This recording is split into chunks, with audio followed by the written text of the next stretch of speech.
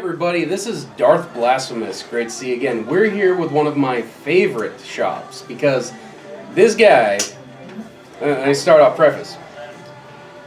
This game, Replicants, I backed it last year on his recommendation. I got to design one of the cards. Well, the one replicant. Yeah, you got to give the art request. Yeah. Art request for one of the replicants. And not only that, like Kickstarter went through, money went out, and I was like, cool, I'll get it in the mail.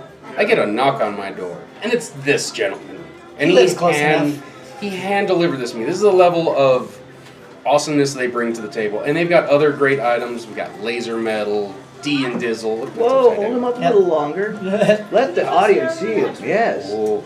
Pocket RPGs, available at AFK Tavern or at a con.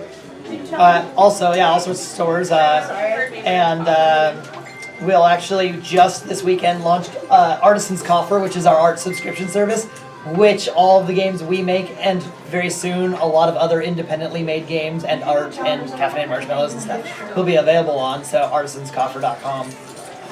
So yes, but here at the Attention Spans game booth, room, awesome place to be in general, we just finished The Duel, a game of Replicants here. But we can go into a few more of their other products. I think your Goblin lost that one, didn't it? He'll get whipped. Yeah. Can play better. But the other products, and so of course there's Laser Metal and D and Dizzle, which are our pocket RPGs.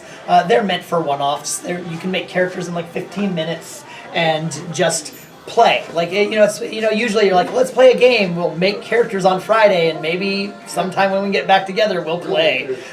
This is, let's just sit down and pop out some characters real quick, and then let's just do something fun and stupid. We're gonna go, raid a castle. We're gonna go play, try to kill the black dragon in the garbage dump. We're gonna go try to find King Smokey's secret stash. I don't know. What are you gonna do? So like, it's just made for irreverence and quickness, and it's hilarious, full of the swears. Really not for kids. But then we've got our flagship game, Carmine, and of course Truth in the Darkness, which is our expansion. And those are your more standard RPG. They're based off a D20 system. They've modified them just enough to not need the OGL license. But if you've played a D20 system game, it's you roll a die, you add your skill. Boom, pretty standard. But I describe it as steampunk meets the Roman Legion meets Assassin's Creed, and they don't get along because that's the three main groups that are regions on the map. And but yeah, we started that one 7 years ago now, and it was a project of spite back when Ron and I hated each other. And he did it because I said he wouldn't, and then since he actually followed through, I had to make a gaming company. And now we're best friends. That's what we've done so far, and right now the Kickstarter for the Replicants expansion, the USC expansion. Do it. If you back it, you make us happy. Like he last year did the backing level where he got to make his own replicant. We are not doing that this year. We have a lot of the original art available through it as the add-ons, and one of the add-ons allows you to not only get original art, but you do get to name one of the 10 new replicants that are in the expansion. And so if you want a chance to be part of the game, you can do that. And one of my favorite little ones, if you want to just pledge at the $10 level or $10 add-on, is we call it the Remembrance. And it's either you could write a short story of your remembrance of having owned one of the replicants back before you were liquefied, or you can write a little bit about yourself, things that you want remembered about you, and I will write a remembrance file of that replica, of what that replicant remembers about you being its owner. And you can kind of see that my flavor for things when you go onto the website. If you go into the lore section, all the little lore bits were written by me. I mean, seriously, look how cute this little guy is. Yeah, Bug Baby. What's the story? You could have owned him, and if you go into the lore and you read his lore, and you're like, oh yeah, here's some things about me, and I won't make this Bug Baby have been, a horrible thing in your life, or great, depending on what you need. What makes you happy? Just looking for one specific. Is it? Yeah, it's mine. I'm going to put a challenge out there. Yeah? I'm issuing challenge to... is that the very last one? Yes, it was at the bottom of the set. So this guy I got to help with the art direction. I sent in for it. I want you guys to find a story for him, huh? He's a horse with saws. He could have lived on a ranch. Could have just been a cool pet in the city. Who knows? Challenge. That will be attentionspangames.com/replicants, and then you can click on the lore. He's PK314, so you'll do the lore that is through P, whatever page that is. It's alphabetical. So you can read up on what we've got on him so far, and you can maybe add to it. It's a good story. So that's a lot of the stuff you guys do, but I mean, you guys got caffeinated marshmallows, you got all this jewelry around, tails. Let's talk a little bit more about the con experience. I mean, you guys, I've seen you guys here every year I've been here, and it's been a couple of years now. So, Radcon7B back in, I think, was that 2007, 6? 5, somewhere in there. When I was 13, when I played Magic, and people were like, "Hey, we need to go to this con and just play Magic tournaments all weekend." And I was like, "I've never been to a con," and so I came here, and my mind was blown. There was so many stories I have of my first con, just not being able to cope really, and so once I moved away in high school, I started coming back to this con because it was my first one, and you never forget the first. And but then I became a vendor, and so I started. The first con I signed up for was Radcon, and I've been in this room 2120 for the last 7 years. And we try to do a lot of our releases and special promotions and stuff at Radcon because they take great care of us. It's like good fan base comes to a lot of our panels and makes us feel loved, but then also they make sure that we're well taken care of. People bring me. I've got so many water cups sitting on my table right now of people who know that I just talk all day long, all weekend long, and I don't take care of myself because I'm busy doing stuff because I'm excited. And they're just like, at least drink water. Like, I've had so many electrolytes. So this con is my favorite con. And I mean, that is part of the thing. I mean, even the people behind us, they come to this con and they look around, they check stuff out. There's a real sense of, an open community. People can sit down together and talk, and I mean, the vendors here are great. We've seen a few of them in our other clips, and this one here, I mean, we just had the challenge. I'm probably picking up a copy of Carmine before we leave. I've got Laser Metal, D&Dizzle. I've got a semi-regular game of that. We've gotten pretty far into a very off-the-cuff story. I mean, having a long-term, not a plan, but not long-term plan, but you guys have been playing one campaign fairly long-term with Laser Metal. Same characters. First one, we were just in a Battle of the Bands tournament, and we had to beat out a whole bunch of other punks.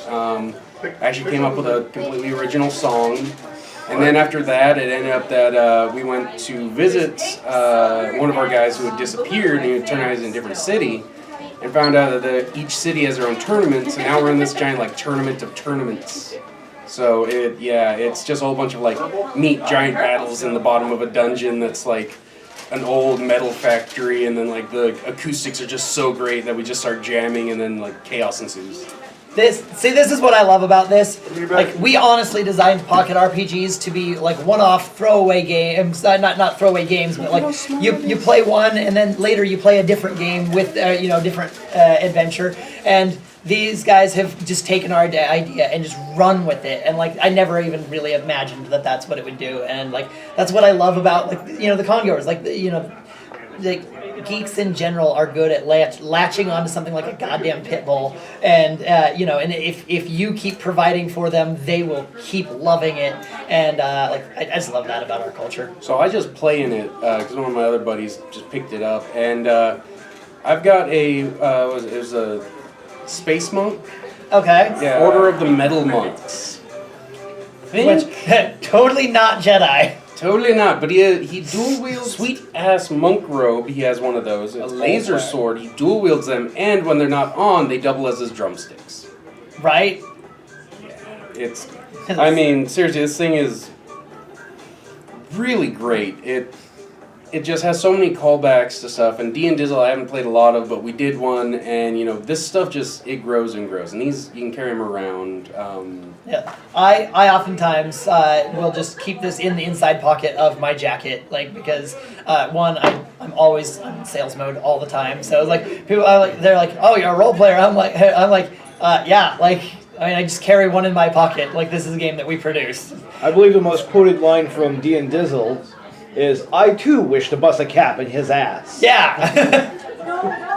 Yeah, I when I was pushing this at one point, like we're still before we'd gone into production, we were just like I was pushing it. I was like, yeah, I believe that we're 30 pages in, and I think that that 37 fucks have been given because it swears a lot. And then so we got Y's in the next game. We put a parental advisory on it, which like I should have done on the first one, not even because it's got a lot of swearing, but like it was music based, and all albums that have a lot of swearing on them, or even a little bit, we'll put that on there, and like we just didn't think about it.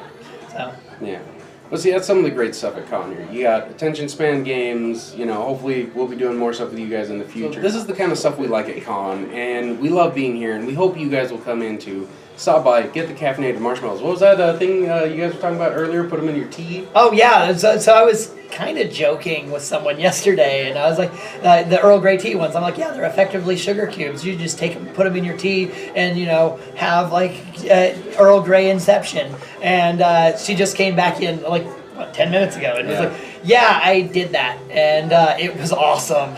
So I'm always finding new things out about them. I was at one con where someone was like, yeah, I'm gonna buy a bunch of these, all of the flavors, and I'm gonna mix them in different alcohols tonight and see what works. And the next afternoon, he showed up from his drunken stupor, and he said, I learned a lot last night, and I said, caffeinated marshmallows do not mix into alcohol.